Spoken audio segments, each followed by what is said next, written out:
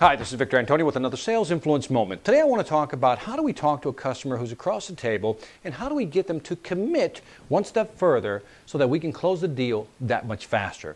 Let me show you a simple technique that I use and it works effectively for many reasons.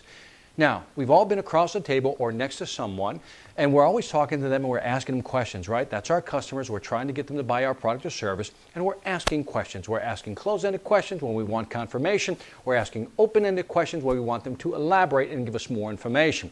And as they're giving us information, as good salespeople, what are we doing? We're listening attentively. But we're also taking what? Notes. We're writing down what we feel is important. And we're taking down notes, and we're also probably making, if you're good at what you do, little notes, ticking off little things that you keep hearing over and over again, which emphasize what's important to the customer.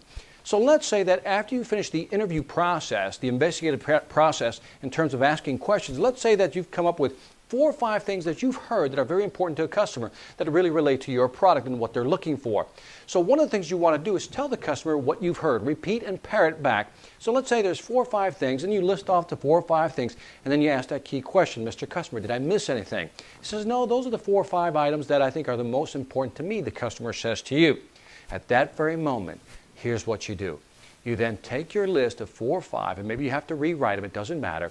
You turn the pad around and you slide it over to the customer. You say, Mr. Customer, can you go ahead and prioritize these 5 items you said are important to you in terms of what's most important to least important? Just put a 1 next to what's most important all the way down to 5 to what's least important. This will allow me to tailor my presentation so that I can address your concerns and your needs. Now, what just happened in that little exchange? 1, you confirm that the customer, these are the 5 things that are important to the customer, so there's confirmation.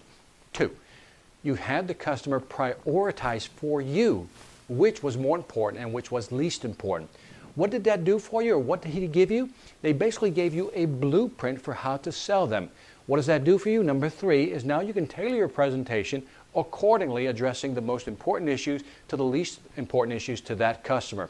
When you do that, you've now created a bond, a symbiosis between you and your client where they're saying, this person is listening to me, he's covering everything I'm concerned about. Now, because you asked the question, is there anything else that we didn't talk about that should be on this list? The customer said no. That means if you can actually cover all 5 bullet points and assuage the customer's concerns, there is no reason that you shouldn't be able to ask for the order and close the deal if it is a short sales cycle deal.